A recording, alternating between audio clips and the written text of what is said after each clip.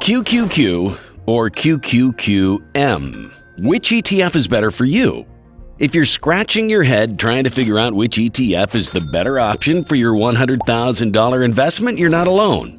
These two heavyweights both track the NASDAQ 100, but while they follow the same index, they're not built for the same type of investor. In this video, I'll explain the differences between these two ETFs, covering their strategies for generating returns and the potential risks involved. Each aspect will be broken down to give you a clear understanding of which ETF might better suit your investment goals. And in the end, I'll show you and John a side-by-side comparison of investing $100,000 in each ETF over the long term. One ETF has the potential to reach an over $13 million valuation, while the other will pay over $60,000 in annual dividends. So let's start with the basics. Both QQQ and QQQM track the NASDAQ 100 index, the top 100 non-financial companies listed on the NASDAQ. Think of tech giants like Apple, Microsoft, and Nvidia leading the charge. Like I said at the beginning, while they follow the same index, these two ETFs are not built for the same type of investor. First up, there's QQQ, the veteran in this space. Launched all the way back in 1999, it's one of the most actively traded ETFs on the market. Big-time traders and institutions love it for one simple reason: liquidity. It's incredibly easy to buy and sell large quantities of QQQ without moving the market, which makes it perfect for frequent trading. But here's the catch: this liquidity comes with a price. QQQ's expense ratio is 0.2%, slightly higher than QQQM's, which could add up for long-term investors. That said, its popularity speaks for itself, with a massive $324.74 billion in assets under management.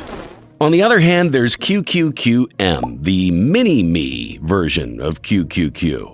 Launched in 2020, it's tailored for retail investors who are more focused on long-term growth and cost savings. With a lower expense ratio of 0.15%, QQQM lets you keep more of your money working for you over time. It's perfect for the buy-and-hold crowd who value compounding over daily trading. The only downside, QQQM isn't as liquid as QQQ, meaning its bid-ask spreads might be slightly wider. But for most retail investors who aren't trading every day, this isn't a deal-breaker. So now that we've covered who these ETFs are built for, let's take a closer look at what's inside. Both QQQ and QQQM track the NASDAQ 100 index, which means their holdings are identical. But what does that actually look like? Well, in a word, tech. Lots and lots of tech.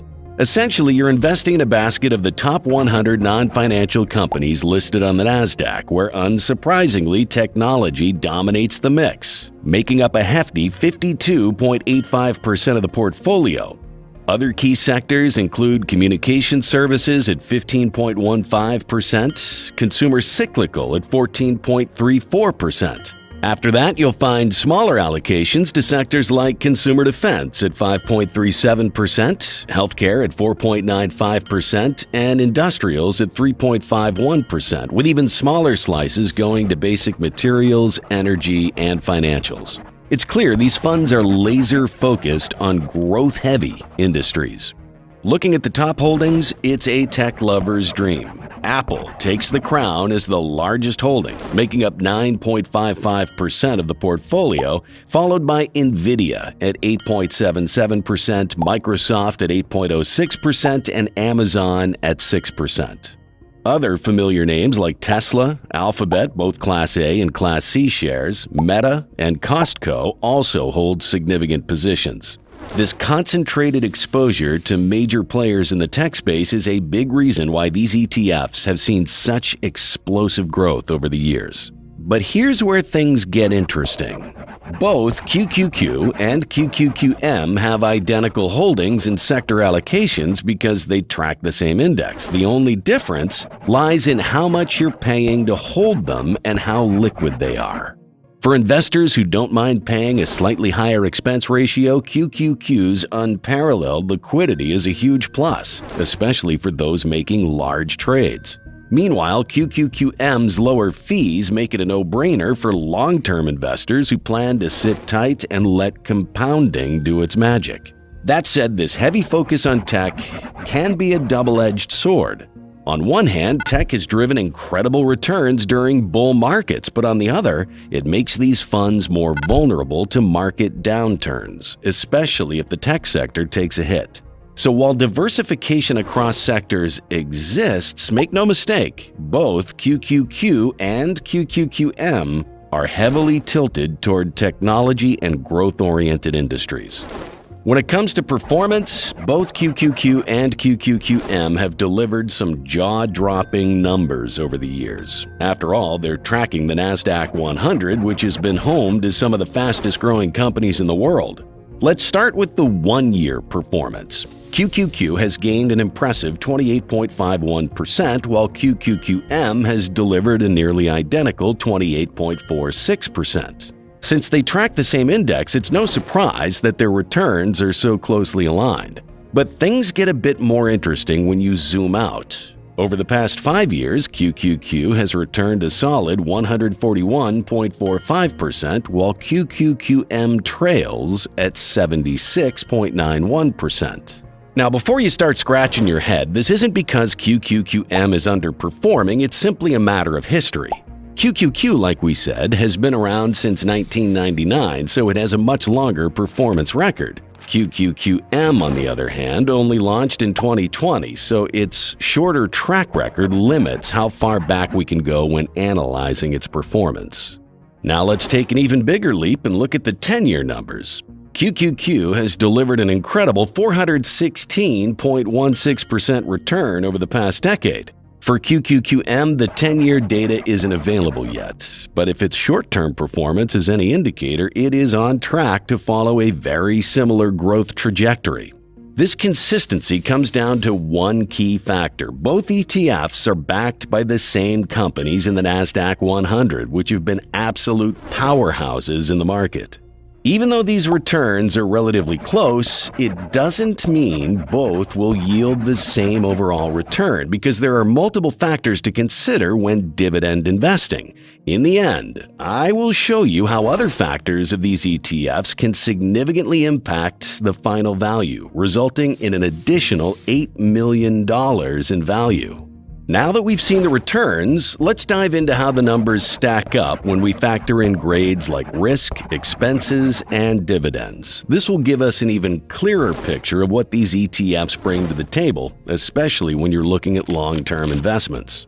First up, expenses. Both ETFs are known for their low-cost structures, but QQQM takes the lead here with a 0.15% expense ratio compared to QQQ's 0.2%. While that difference might seem tiny, it can add up significantly over time, especially if you're reinvesting dividends. Next, let's talk about dividends. If you're someone who loves seeing cash flow into your account, both ETFs pay dividends, but neither is designed to be a high-yield option. QQQ has a current dividend yield of 0.54%, while QQQM edges slightly higher at 0.63%. The real difference comes in their dividend growth rates. Over time, QQQM has averaged an impressive 16% annual dividend growth rate compared to QQQ's 10.18%. For long-term investors focused on reinvesting dividends, that higher growth rate makes QQQM a more appealing choice. Now it's time to put the numbers to the test with a side-by-side projection. This is where we see just how much John and your $100,000 investment could grow in QQQ versus QQQM over the long haul. Starting with QQQM, it's designed for cost-conscious, long-term investors, and the numbers reflect that. With a current dividend yield of 0.63%, a strong 16% dividend growth rate, and an average share price appreciation of 13.45%, the potential is clear. After 1 year, your $100,000 investment could grow to $114,080. Fast forward 10 years, and it's projected to hit $375,873. Over 20 years, that number jumps to $1,438,078. And after 30 years, your investment could balloon to an impressive $5,628,687. But here's where QQQM shines: dividends. By year 30, you could be earning $64,136 annually in dividends, or roughly $5,345 per month. The total value added by QQQM over 30 years includes $5,101,509 in capital appreciation and $427,179 in reinvested dividends. So the question is, can QQQ beat that? Well, let's break it down. With a slightly lower dividend yield of 0.54%, a 10.18% dividend growth rate, and a much stronger average share price appreciation of 17.78%, QQQ leans heavily into capital growth. After 1 year, your $100,000 investment grows to $118,030. Over 10 years, it's projected to hit $518,213, and after 20 years, that number soars to $2,638,216. By year 30, QQQ takes a massive lead, with your investment potentially growing to $13,319,886.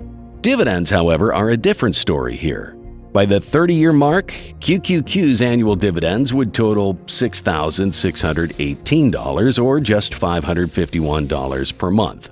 The real powerhouse here is capital appreciation, which accounts for $13,144,166 of the total value, compared to just $75,720 from reinvested dividends.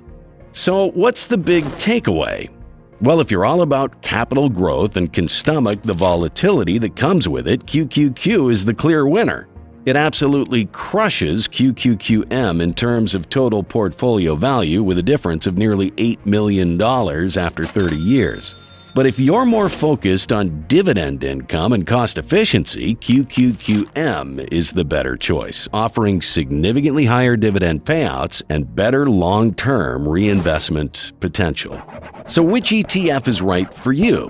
QQQ or QQQM? Both are excellent for NASDAQ 100 exposure. Choose QQQ for growth or QQQM for efficiency and dividends.